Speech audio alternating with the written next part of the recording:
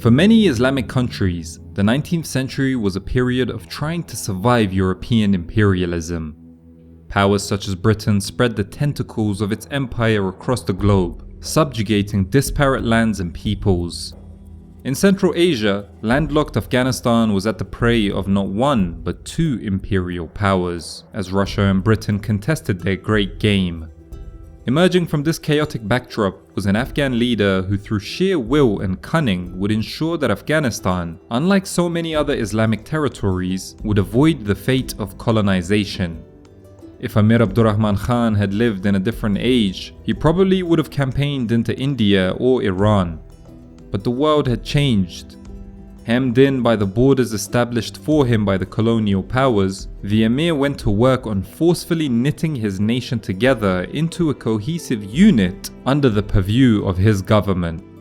Abdurrahman Khan, whose name is still associated with brutality, would leave hundreds of thousands of Afghans dead in his quest to centralize the administration of the country. But with his nation under constant existential threat, the man known as the Iron Amir would have felt vindicated of his heavy-handedness.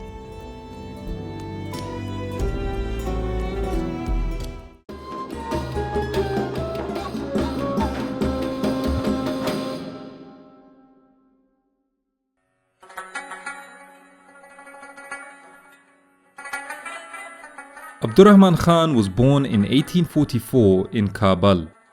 Abdurrahman belonged to the elite of the Muhammadza'i Durrani Pashtuns, who had dominated Afghanistan's affairs for the last few decades.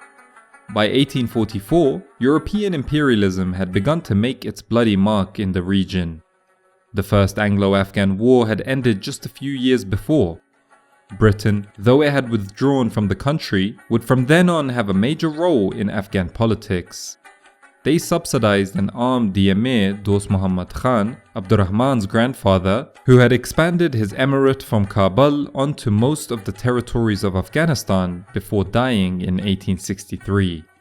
Abdurrahman grew up often living in Balkh, northern Afghanistan, where his father, Muhammad Afzal Khan, was governor. The city had once been a wealthy hub along the Silk Road.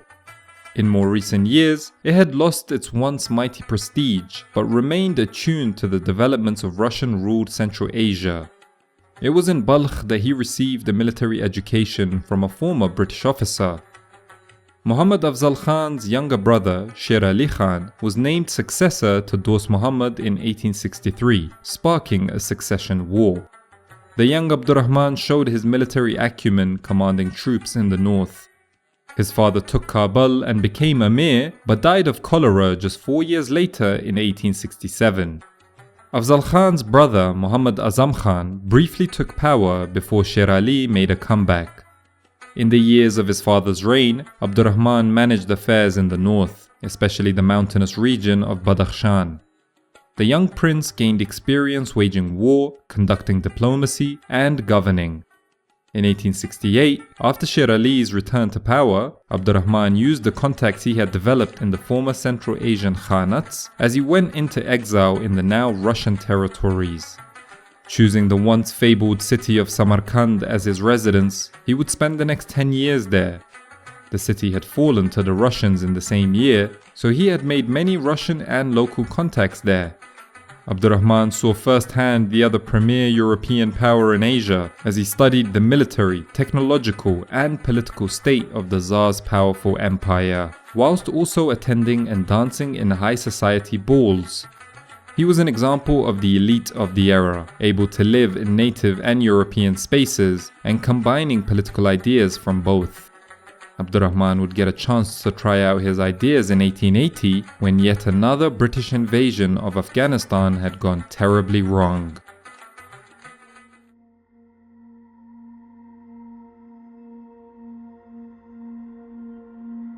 In June 1878, Amir Sher Ali Khan unwillingly had to accept a Russian embassy entering Afghanistan.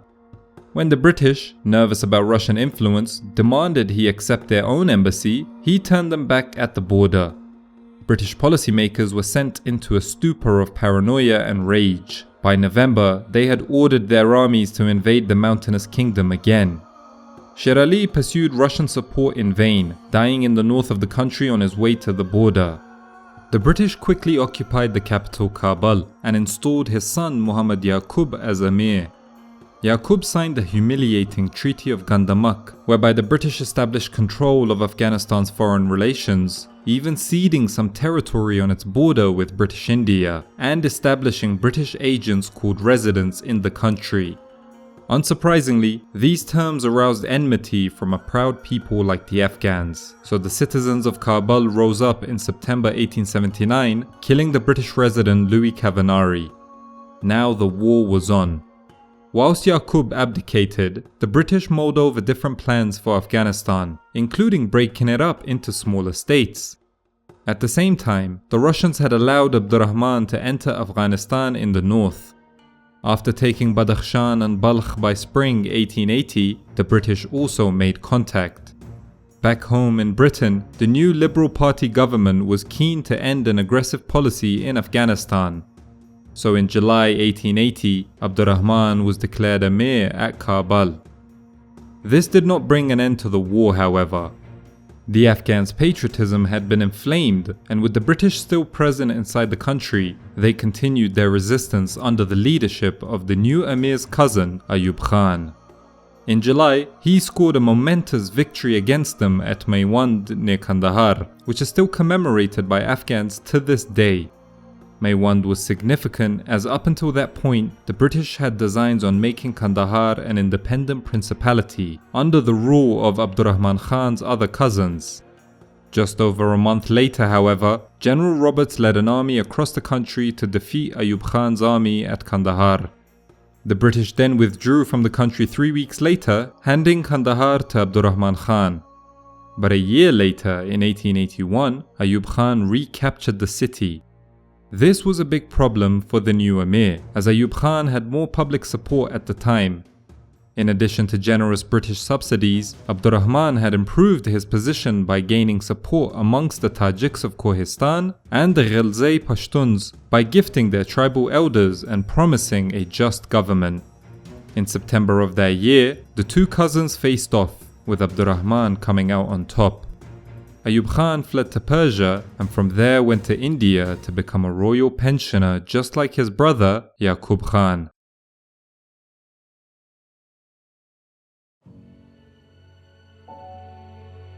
Now that he was the ruler, Abdur Rahman had the unenviable task of fending off two neighbouring superpowers that were kept at bay only by the fear of each other. Despite his decade-long stay with the Russians, Abdur Rahman chose the British in the Great Game.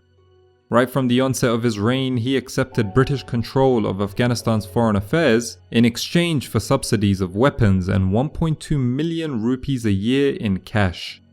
Subsequently, Britain began negotiations with Russia on demarcating Afghanistan's northern borders. This was welcomed by the Amir, who feared the Russian bear to his north. In 1884, he forcefully brought Maymana, a province in northern Afghanistan, back under the writ of the Afghan state after its governor had tried to place himself under the jurisdiction of the Russians and the British. The next year, a potential disaster loomed when Russian troops advanced on Afghan territory around the town of Panjshir. Ultimately, conflict was prevented by diplomatic efforts between London and St. Petersburg. It is crucial to highlight the insecure nature of the Afghan state in this period due to the Great Game, as this will help us to better understand why Abdur Rahman Khan's policies were so harsh. The state's territorial integrity was under threat from both the British and the Russians, and he had to chart a course for Afghanistan to defy the odds by simply surviving. To make matters worse, the country's domestic issues were even greater. Chief amongst these was the lack of centralized authority, meaning that the jurisdiction of the ruler was limited to the capital Kabul and maybe a few provincial centers around the country. In order to correct this, Abdur Rahman had to tackle the sensitive issue of taxation. Consequently, he was probably the first Afghan ruler to directly rule his country, in the sense that a wide range of taxes were imposed, which were collected directly through government officials. As a result of this and his heavy-handed zeal in achieving centralization, the Afghans, renowned for their love of freedom and dislike of government control, rebelled no less than 40 times. But Abdur Rahman had an ace up his sleeve. His army, buttressed by British subsidies, would prove to be the bedrock of his power base. Perhaps the most vigorous rebellion came early in his reign, when in 1886, his rule was shaken to its core by the Ghilzai Pashtuns. After the Amir rolled out his wide-sweeping taxes on landowners, certain Ghilzai sub-tribes like the Andal rebelled.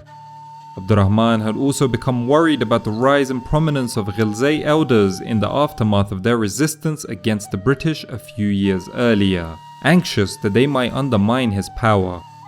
So in October 1886, they rebelled with the aim of toppling Abdur Rahman and replacing him with Ayub Khan.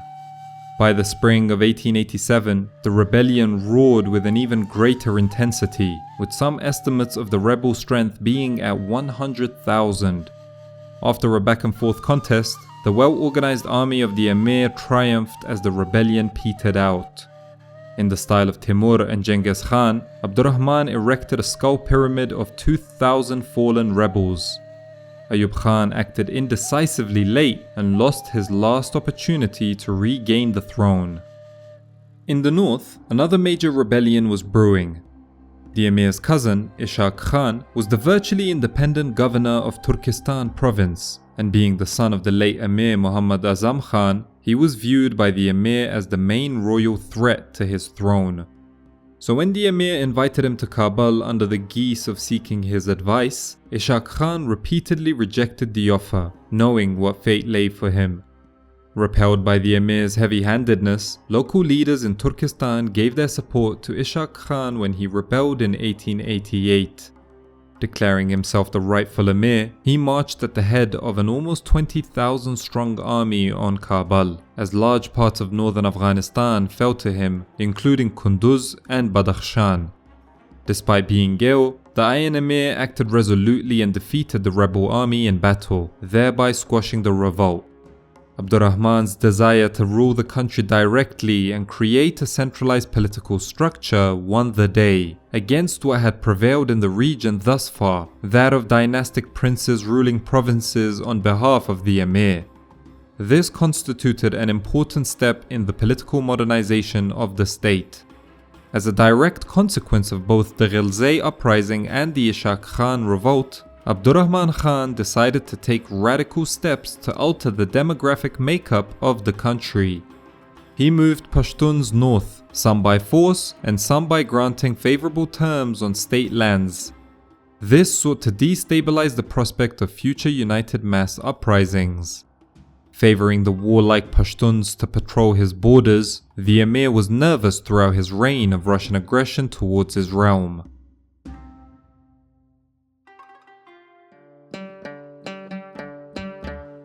In the highlands at the center of the country, there was another ethnicity ready to rise up against the brutality of the Emir. The Hazaras have a complicated heritage, most likely originating from a mixture of various Iranian and Turco-Mongolian groups. Contrary to most of the country, they are Shia Muslims. Throughout history, the region they inhabited, Hazarajat, was isolated and their interactions with neighboring ethnic groups oftentimes antagonistic. The Pashtuns had pushed them out of Kandahar and Wardag, whilst the Uzbeks were known to enslave them. Huge swathes of Hazarajat were too dangerous for caravans and traders to cross for fear of robbery. Its isolation had led it to be known as a lawless backwater. Considering Abdur Rahman Khan's unyielding vision to centralize political authority, he could not allow a region in his realm to be outside the purview of the government and at the mercy of foreign powers. During the Second Anglo-Afghan War, certain Hazara tribes had been instigated by the British to join their cause. When Abdur Rahman imposed greater government authority in the area, tension spilled over. This was made worse by soldiers committing atrocities in the course of collecting revenues, raping women and killing men who refused to surrender arms. The Emir, in an effort to break Hazara power, ordered its mirs, or leaders, to be sent to Kabul so that they were detached from the commoners. By the end of 1891, this created an atmosphere of fear and anger amongst the Hazara that soon metamorphosized into a mass-armed uprising throughout Hazarajat. The Emir had already put down the first phase of this uprising in 1890, but this time it roared with even more intensity as his army fled the region. Hazara leaders declared jihad against Abdur Rahman, which the Emir duly reciprocated by attaining fatwas which declared the Hazaras as infidels, stoking the flames of sectarian tensions between Sunnis and Shias. In an attempt to motivate his troops, the Emir promised his army and tribal levy with war booty, stating they could do as they pleased after conquering the land.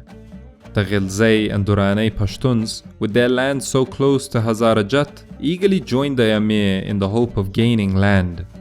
The Hazara rebels won some victories, but the lack of cohesion and sheer size of Abdur Rahman's army meant that the uprising was crushed by 1893. As promised, the victorious army was allowed to loot properties and enslaved the Hazaras in large numbers. The conflict had destroyed the land and crops of the region, so a famine followed shortly after, further exacerbating the Hazaras' misery. Many of them subsequently fled abroad to Persia or British India, whilst many others were forcefully moved to other parts of Afghanistan. All these factors combined to ensure that the Hazara population within the country became noticeably reduced.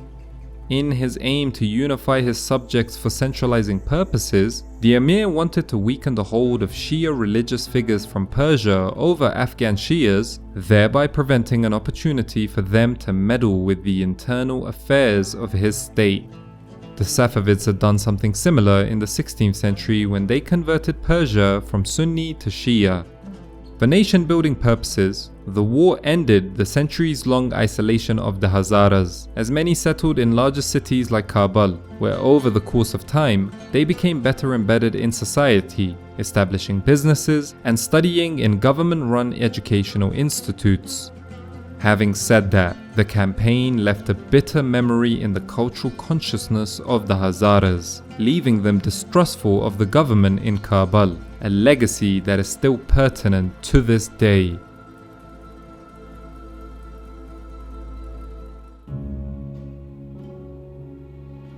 With his domestic affairs under control, the Emir sought to conclusively fix his border with the British.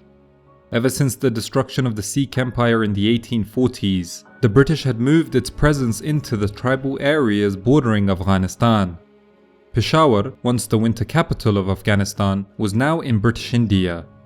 This territory had of course been under the control of the Afghans, but it was wrestled away from them by the Sikhs.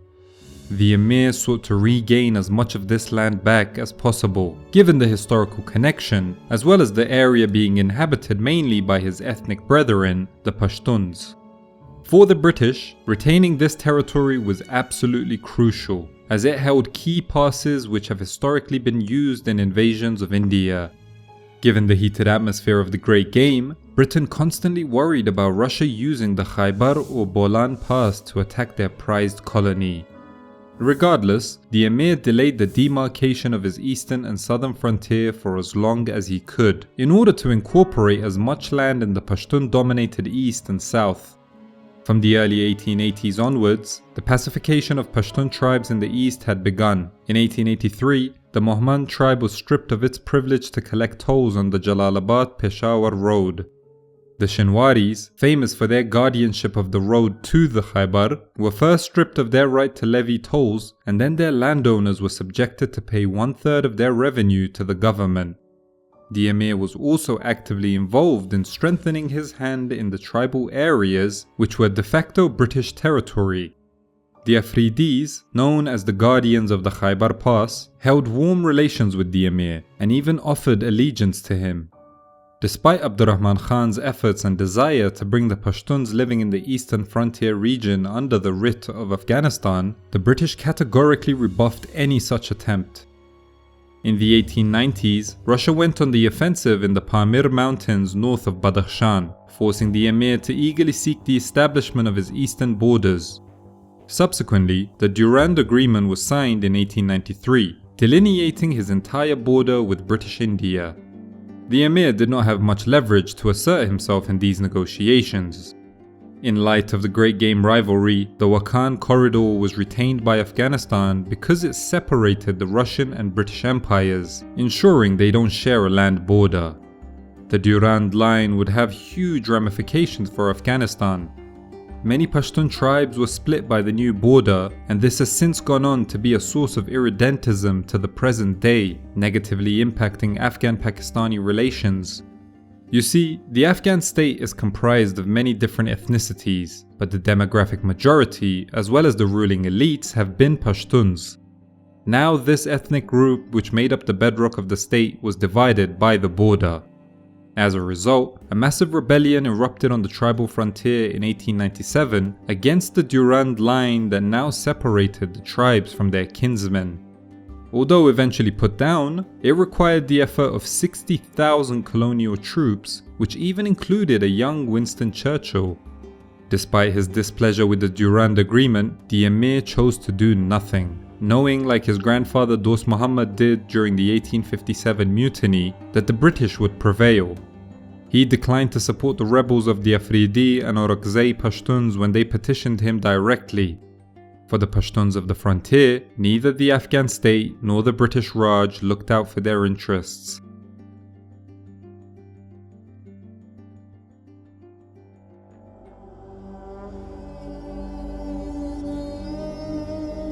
Having pacified much of the country, there was still one autonomous region within his realm, Kafiristan, the site of his final major campaign.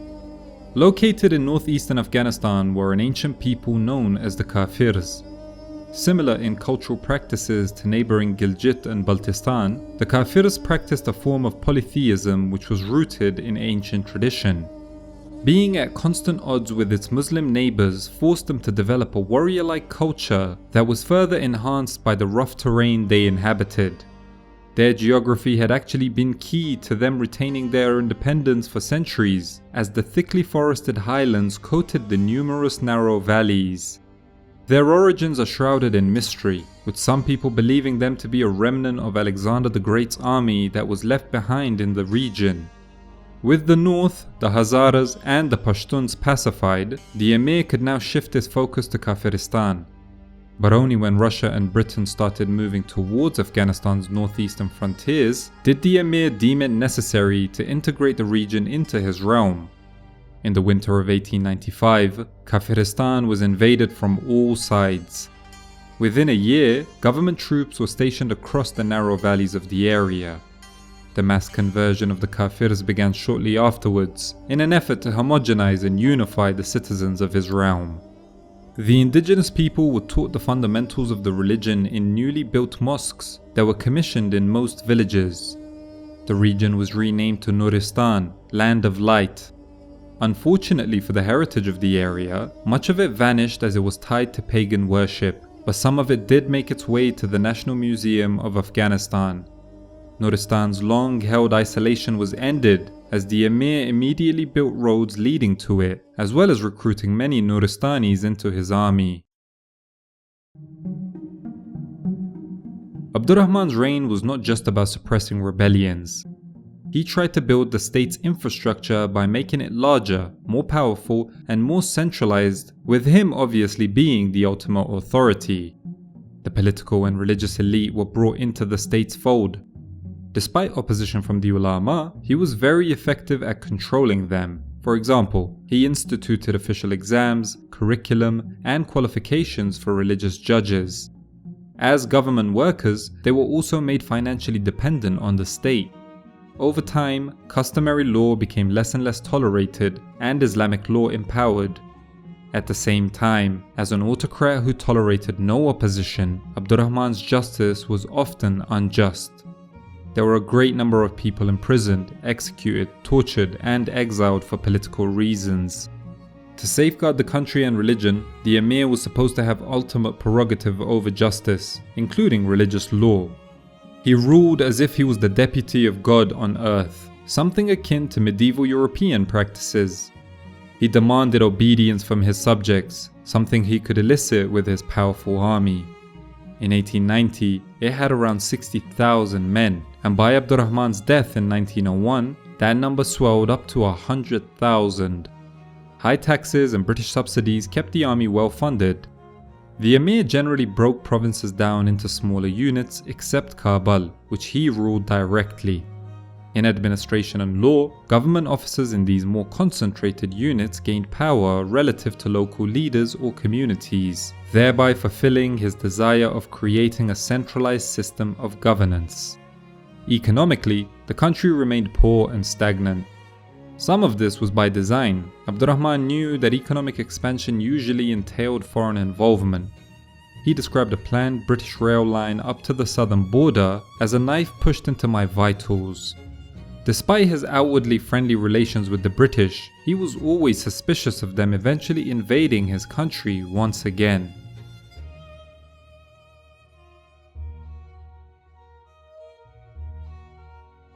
By the late 1890s, Abdur Rahman was a sick old man.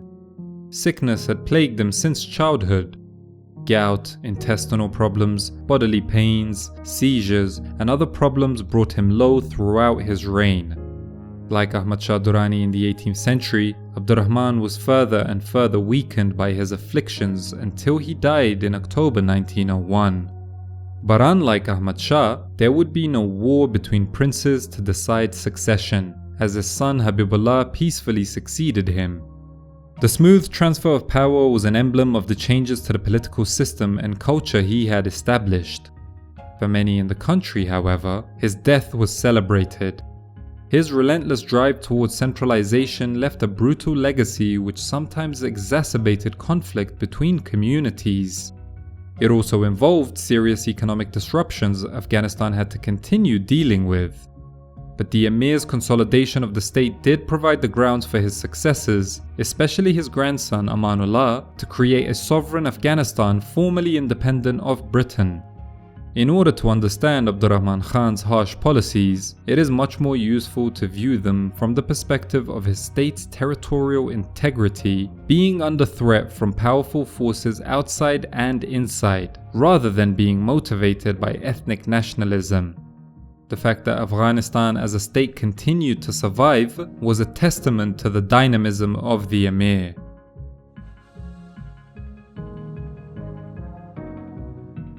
Thank you guys for watching. I want to give a massive shout out to Timur Khan from the University of Leiden. His help during the writing of this script was invaluable. If you guys are interested in Pashtun history in the 18th and 19th century, please check out his academia profile. I've put the link in the description below. As usual, a big thank you to my patrons for continuing to support the channel. Until next time, peace!